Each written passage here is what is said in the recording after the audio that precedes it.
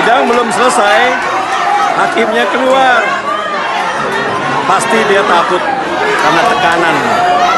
Nggak mungkin kalau nggak takut. Belum selesai. Tanpa ada penjelasan, tanpa ada keputusan apapun, hakim keluar begitu saja. Assalamualaikum warahmatullahi wabarakatuh. Saudara-saudara sebangsa dan setanah air, hari ini sidang kita istimewa ya. Sebenarnya materinya sama saja, akibat yang terjadi pun sama saja, bahkan lebih heboh lagi. Tapi ada yang istimewa karena hari ini ada Pak Amin Rais, Bapak Reformasi Indonesia. Kita berharap kita ambil berkahnya dengan kehadiran beliau ini pertanda bahwa Indonesia akan segera dikembalikan kepada kondisi yang baik. Amin. Saudara-saudaraku sekalian, saya sebenarnya dengan malu hati menampakkan kepada Anda semua bagaimana kondisi persidangan kita yang luar biasa kacau balau. Ya, walaupun kami insya Allah berusaha tidak akan membuat kacau balau karena kami berpegang kepada hukum acara perdata. Di mana letak hukum acara itu? Yaitu bahwa kami sedang berhadapan dengan orang yang memiliki legal standing. Ya, ini adalah gugatan yang luar biasa atau mungkin yang biasa, terserah untuk mengartikannya sebagai apa. Akan tetapi yang sedang kami gugat ini adalah extraordinary. Ya, sebagai pribadi karena perdata dia adalah seorang Joko Widodo, tapi dalam dirinya melekat sebagai seorang presiden. Ini cukup lama persiapannya ya. Mulai dari kami menggugat harusnya sudah ada persiapan. Apa yang terjadi tidak mencapai apa yang disebut dengan persidangan yang sederhana, berbiaya ringan dan mudah ya. Filosofinya bubar semua hanya karena seorang presiden yang pada hari ini sangat berkuasa ya, lebih berkuasa daripada Orban nampaknya ini.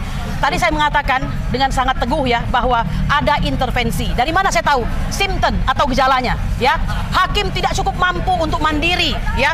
Sedangkan beliau dikasih kekuasaan kehakiman, yaitu sebuah kekuasaan yang mandiri yang tidak boleh diintervensi oleh kekuatan manapun dan siapapun. Harusnya cukup ya. Oleh karena itu tentunya ya, hakim harus memiliki value atau nilai-nilai. Saya tidak mengatakan beliau tidak memiliki, tapi tampaknya tidak cukup kuat. Saudara-saudaraku sekalian, mohon terus dipantau. Kami akan mengupayakan hal baru. Apakah Anda ada melihat tadi ada keputusan hakim waktu ditutup? Tidak ada kan? Hakim melarikan diri begitu saja. Jadi kalau minggu lalu atau 2 minggu yang lalu yang diusir itu adalah perwakilan Jokowi, maka hari ini hakim terusir dari ruang sidang. Ini mungkin pertama kali di dunia. Nah, saudara-saudaraku sekalian, ya kita upayakan tetap tegaknya keadilan. Masih ada lorong-lorong keadilan tersebut, oke? Jangan sampai hukum takluk kepada politik. Itu ada ya, silakan. Demikian saya minta tambahan kepada Bapak Amin. Baik. Sebelum berakhir, Pak Amin Rais akan menyampaikan sesuatu. Ini Pak Amin jarang begini loh. Putus minta lagi. Dia penasaran. Sepenasarannya kita terhadap ijazah Jokowi. Saudaraku, ya. Jadi saya akan mengutip kata-kata nggak persis Gubernur Lemhanas yang pendukung Pak Jokowi luar biasa dan mengatakan sudah pisah dari Jokowi, meletakkan jabatan sebagai Gubernur Lemhanas. Dan kedua, ada juga pendukung Pak Jokowi yang tadinya itu seperti nggak ada salahnya Jokowi ya. Namanya Mbak Koni siapa, ahli militer ya. Koni Rahakundini ya. Dan mengatakan bahwa memang people power sudah di depan mata. Ya, saya tidak boleh ngomong seenaknya ya. Jadi beliau ini mengatakan Pak Jokowi people power sudah di depan mata ya. Nah, kemudian kalau Pak Andi Wijayanto itu mengatakan demokrasi sudah mendung. Dan kalau sampai hujan artinya people power meledak. Nah, kalau saya ini kan agak tahu lah people power itu. Memang kira-kira kalau Mas Jokowi ini tetap saja nekat, akhirnya dia sendiri yang menggali kuburan sendiri ya.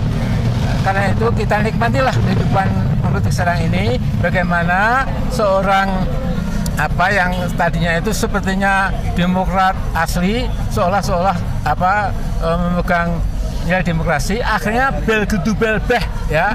Artinya cuma itu kamuflase.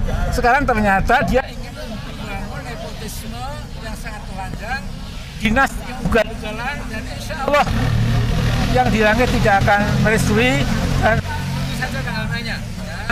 Ya, manusia lemah, tapi Allah yang Maha Besar akan mengambil keputusan. Ya, saya kira itu ya. Assalamualaikum warahmatullahi wabarakatuh. Maksulkan Jokowi. Kita sekarang terus terang aja minta kepada Ketua PN Jakarta Pusat untuk mengganti hakim yang sudah tidak amanah. Allahu Akbar. Takbir. Hakim ini sudah tidak amanah. Allahu Akbar. Dia melakukan contempt of God, keluar kencing. Itu sudah tidak bermoral. Allahu Akbar. Allahu Akbar. Bismillahirrahmanirrahim. Assalamualaikum warahmatullahi wabarakatuh. Waalaikumsalam warahmatullahi wabarakatuh. Ada terjadi lompatan berpikir dari majelis hakim. Mereka meminta kita mengikuti urutan agar sesuai dengan aturan hukum yang ada. Nah, urutannya dia mulai dari mediasi. Padahal sebelum mediasi kan harus surat kuasa dulu yang jelas. Nah, sampai detik tadi tidak ada surat kuasa tanda tangan basah dari Jokowi, tidak ada gitu. Yang ada surat mandat dari Seknek, dari Jaksa Agung. Apa urusannya? Hukum acara HIR tidak mengatur itu. Apalagi mengacu ke Undang-Undang Dasar 45 Pasal 27 ayat 1, setiap warga negara berkesamaan kedudukannya dalam pemerintahan dan hukum tanpa kecuali. Jadi Presiden Jokowi jangan merasa hebat di sini, sama lu sama rakyat, sama kita. Maka datanglah gugatan ini untuk supaya clear. Dan kita tidak macam-macam. Kalau Anda bisa menunjukkan ijazah asli, case close, kasus tutup, dan kita bubar, kita tenang. Presiden kita punya ijazahnya. Tapi kalau nggak ada, Anda tahu diri dong, Anda tidak berhak jadi presiden. Karena ijazah itu syarat. Sebagai untuk jadi capres syaratnya itu ada ijazah, minimal ijazah SMA. Nah, itulah. Dan dulu pernah Pak Amin Rais ngajarin, tunjukin ijazahnya dari mulai SD sampai profesornya. Nah, tinggal gitu aja kok susah Jokowi. Nah, problemnya kan dia waktu wali kota ngaku kok dokter Andas, pas presiden ngaku insinyur. Nah, ini bagaimana presiden begini? Nah, selanjutnya komentar tokoh kita tunggu. Silakan. Baik, Assalamualaikum warahmatullahi wabarakatuh. Jadi singkat sekali, kita sekarang yakin bahwa saudara kita Joko Widodo itu memang tidak punya ijazah SD, SMP, dan SMA. Jadi pengibulannya itu tidak bisa dilindungi apapun ya. Jadi saya kira memang sudah jelas sekali kita dipimpin oleh seorang presiden yang memasukkan ya ijazah SD SMP-nya itu, dan ini sudah nggak terbantahkan. Nah, sekarang ini ketahuan bahwa dia ternyata menyimpan sebuah ambisi politik yang ugal-ugalan, yang edan-edanan, yaitu MK ya, itu yang diketuai oleh adik iparnya itu secara paksa ya, itu disuruh membenarkan Gibran itu sebagai capres atau capres yang memenuhi syarat ya. Kemudian juga lihat Pangarep itu, anak yang terkecil itu bisa mengambil alih sebuah partai 2 hari ya. 2 hari. Ini pokoknya sudah luar biasa. Sehingga saya mengatakan ini manusia Pak Widodo ini, Joko, itu namanya seorang narsisis megalomaniak ya. Yaitu keakuannya luar biasa. Aku benar, aku pahlawan, aku hebat. Lainnya itu pret ya. Nah, sementara itu megaloman itu berpikir besar-besar. Masa 280 juta sebesar ini mau dimin oleh seorang yang ijazahnya palsu ya. Karena itu kita berjuang terus, insya Allah innallaha ma'ana, Allah beserta kita ya. Saya kira gitu aja ya Mas ya. Di sini dulu Pak, tetap Tunggu sebentar. Inilah contoh terbaik dari tokoh kita, bekas ketua MPR atau mantan ketua MPR, menunjukkan kepeduliannya untuk rakyat ini. Saya himbau tokoh-tokoh lain mestinya begini, sebentar selesai ini kalau semua tokoh turun ini. Kita nggak tahu kapan Pak. Ya, jadi ini di belakang saya ini ada tulisan Jokowi big liar ya. Sesungguhnya itu kurang dahsyat ya. Harusnya Jokowi is a professional liar ya. Jadi pembohong profesional. Kalau nggak bohong sebulan itu nggak enak badannya. Nah, itu dia ya.